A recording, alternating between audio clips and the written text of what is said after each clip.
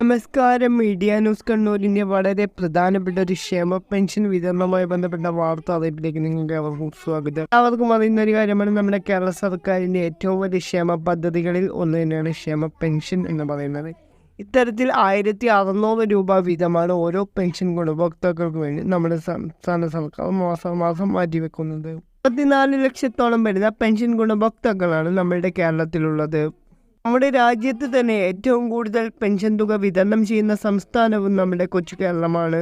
300 രൂപ മാസം പെൻഷൻ തുകയായിരുന്നത് പിന്നീട് അത് 1000-ഉം അതുപോലെ തന്നെ 1400-ഉം പിന്നീട് അത് 1600-ലേക്കും എത്തിച്ചത് നമ്മുടെ സംസ്ഥാന സർക്കാരാണ്.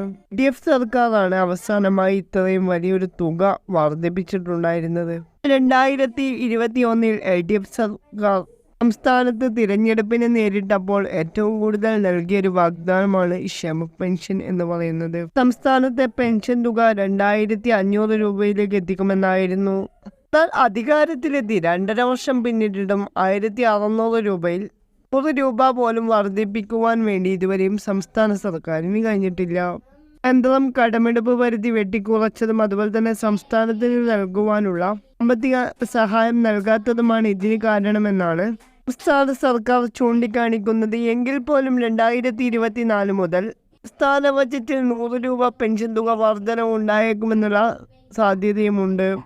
പിന്നീട് പെൻഷൻ ഗുണഭോക്താക്കൾക്ക് ഈ ഒരു കാര്യത്തിൽ നിരാശരാകേണ്ടി വന്നു. 2024 പെൻഷൻ തുകയുടെ ബജറ്റിലാണ് എല്ലാ പെൻഷൻ ഗുണഭോക്താക്കളുടെയും പ്രതീക്ഷ. 2024 മാർച്ച് മാസത്തോടുകൂടി സംസ്ഥാനത്ത് പെൻഷൻ വർധനവ് ഉണ്ടാകുമെന്ന് പ്രതീക്ഷിക്കുന്നു. കേന്ദ്ര സംസ്ഥാന സർക്കാരുകളുടെ എല്ലാ പെൻഷൻ വിതരണ വാർത്താ അറിയിപ്പുകളും മറ്റ് വാർത്തകളും തത്സമയം നിങ്ങളിലേക്ക് യൂട്യൂബ് ചാനൽ സബ്സ്ക്രൈബ് ചെയ്തിട്ടില്ല എന്നുണ്ടെങ്കിൽ ചാനൽ സബ്സ്ക്രൈബ് ചെയ്യുന്ന കാര്യം ഒന്ന് പരിഗണിക്കും.